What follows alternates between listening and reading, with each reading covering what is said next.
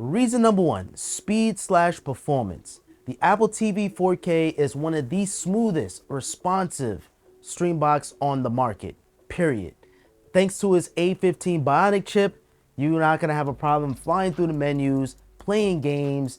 I'm coming from the Amazon Fire Stick Max and even a Roku 4K, and those pale, absolutely pale in comparison compared to the Apple TV 4K. Now, this is the new one. You can get last year's model with the A12 chip. That's gonna be just as fast. Reason number two, seamless connection to AirPods. This is an absolutely must-have feature for some. Let's say you're in an apartment, you don't want to disturb your neighbors, or if you have a partner, you want to watch a movie late night, you don't have to disturb anybody. Connect your AirPods, whether it's the Pros, AirPods 3, or even the AirPods Max. You can seamlessly connect them just by putting them on, pressing the TV icon, and you're right to it. And you still have your volume controls. You can still enable, disable transparency. You still have all your toggles. And reason number three, clean and simple UI. No ads here across the board. And everything is just so clean and minimalistic. If you use an iPhone before, you're gonna feel right at home with the Apple TV. All your icons are laid out. You have your dock on the top of your favorite applications. Easy to get to point A to point B. Everything is nice and bold. Compared to like a Fire Stick or a Roku, you have advertisements, you have small text. The icon is not as big. No, Apple TV keeps things simple. And reason number four, privacy. Apple TV has the best privacy rate. Apple does not track what you watch across the board. It's the best streaming device when it comes down to privacy, keeping everything locked and loaded. Whatever you watch, it stays within your device. It's not gonna upload it to the server or anything like that. Apple doesn't play with privacy. And reason number five, the app library. You know how sometimes apps taken off the App Store? So recently we had Roku, didn't have YouTube TV at one point, and Amazon Fire Stick or the Amazon Fire TV didn't have the YouTube app, and you was forced to use the internet browser.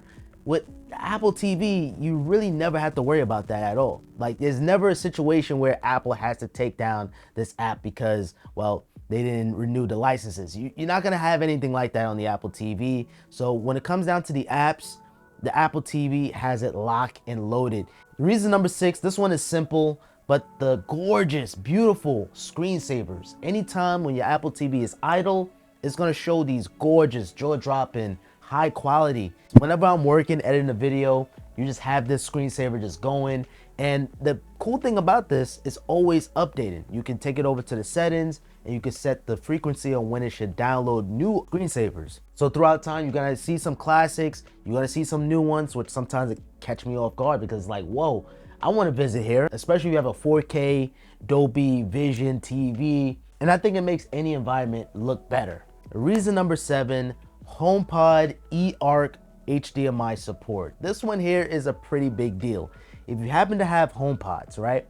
There's a setting on the Apple TV where you can have it as your actual TV speakers and have support for HDMI eARC. This is impressive. So essentially, let's say you hook up your PS5 or whatever device you have, and you could use the HomePod as TV speakers while the HomePod is seeing the connection through the Apple TV.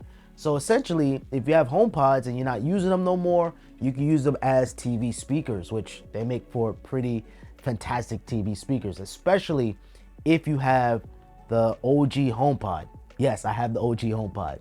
Reason number eight, the touchpad on the Siri remote. First generation was a flop. It was just a touchpad. Nobody didn't like it. There was no sense of direction on when you're pressing it. But with this new Siri remote, it's so much better. Now, you have a touchpad and it's a directional button. I always find myself using the actual touchpad, going down long menus, long list of videos on YouTube. You can just glide your finger down and without keep on pressing down, down, down, down. You can just bloop, like swipe it. It makes things so much more intuitive, convenient to be able to use the gestures on your Siri remote. And reason number nine, the typing experience. You know how annoying it is when you're searching things on Netflix or Amazon, you gotta type one by one each character, and that could get very tedious. But on the Apple TV, anytime you invoke the keyboard, system-wide, your iPhone is gonna come up with a notification indicating that there's a text box on your Apple TV. Would you like to type on your iPhone? Boom, you type it on your iPhone, it sends it to the Apple TV. Same applies to the iPad, an iPod Touch if you still have one of those. And this makes things so much more convenient, especially if you're typing a long movie, or if you copy something on your iPhone and you want to paste it on to the Apple TV, you can very easily do that. Reason number 10, the setup process. As soon as you get an Apple TV, you gotta bring your iPhone, put it near the Apple TV, and it's gonna automatically come up on the bottom to indicate that if you wanna set it up. And literally, it's one tap and everything is set up. Your Wi-Fi password, your Apple ID, so no need to enter in your Apple ID password. It's literally one click and it is done. It's so easy setting up the Apple TV. Number 11, color calibration. You know, calibrating your TV could be one of the most tedious process, can be the most confusing, but with the Apple TV, it makes things so much easier. Now, granted, this is only through HDMI to the Apple TV to the TV, your TV, so it's not gonna be throughout the entire inputs of the TV. You get the most accurate colors, and the way how it calibrates, you guessed it, the iPhone. So it's using the Face ID scanner, the front-facing camera. Now, if you have a Dolby Vision TV, you don't need this option. It's just not gonna be available because you already have the best color. Next up, we have picture in picture. This is very convenient. Depending on the app that you're in, you could be able to watch two things at the same time. Now, this varies on the app. For example, if you're on the YouTube app, you're not gonna be able to have picture in picture support there, which if you're watching Apple TV Plus, you have that option. And then next up, we have the Apple TV app. This is the media center of the Apple TV. So any shows that you're watching, it's gonna come up right here and it's gonna allow you to continue it. So once that's done, you can be able to see what shows that you wanna watch next. Any favorites, you're gonna be able to see it right then and there. All your movies that you started watching or anything that you queued up, you can be able to pin it right here onto this app. And it's gonna just give you a list of shows that you wanna watch. You also have support for multi-users on the Apple TV. So if you live in a household, for example, you can link up another Apple ID on another user. So for example, your account, you have your own Apple Music, you have your own Apple TV, etc.